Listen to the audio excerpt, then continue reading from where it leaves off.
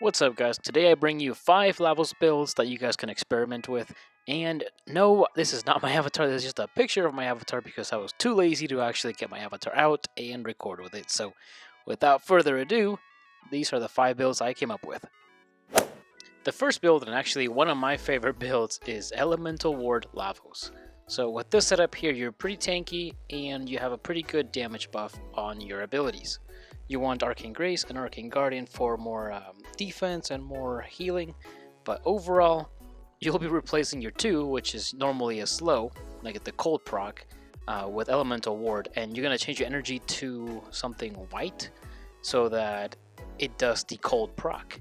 You basically replace your old cold ability and replace it with Elemental Ward, which does more, so it actually gives you a damage boost, it gives you some armor and status chance. And on top of that, it reflects damage back as cold damage. So personally, I did not like his Vile Rush ability, that's his second ability. I prefer the Elemental Ward a lot more because it procs cold, which kind of helps you with elements, and it gives you that reflection and slows down enemies at the same time. So it's much more useful, and on top of that, you get that damage buff as well. So it kind of does play with your abilities, and honestly, I feel like it's much better. So you guys be the judge of that, but definitely this is the build that I'll be using for a very, very long time. So Status Whisper Lavos makes a pretty interesting and unique combination here. Status Whisper is affected by status duration, which for Lavos specifically, you can increase with just duration mods.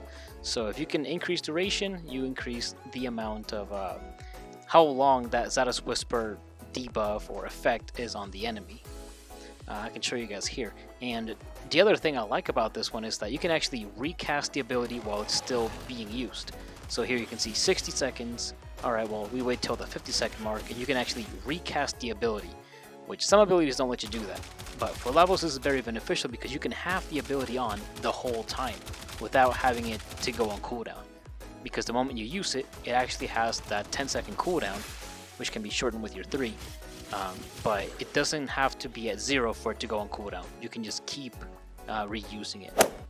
Alright, so Spectra Rage Lavos. This build is, well, it's not good and it's not bad. It's like one of those thoughts that, you know, you're trying to go to sleep like 2 in the morning and then all of a sudden you wake up and your brain is like, hey, Spectra Rage.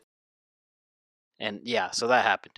But basically, the whole point of this is to spam the ability because it does have a duration, and after 10 seconds you can recast it.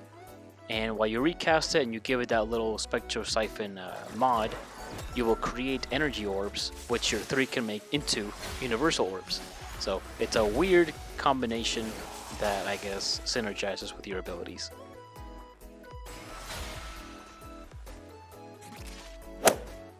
Alright, this is the Expedite Suffering Lavos build. Now, this is all focused around his status duration little passive thing. Because if you max duration mods on his passive, that means status duration wise, your slash procs and gas, toxin, fire procs are all going to be for much longer.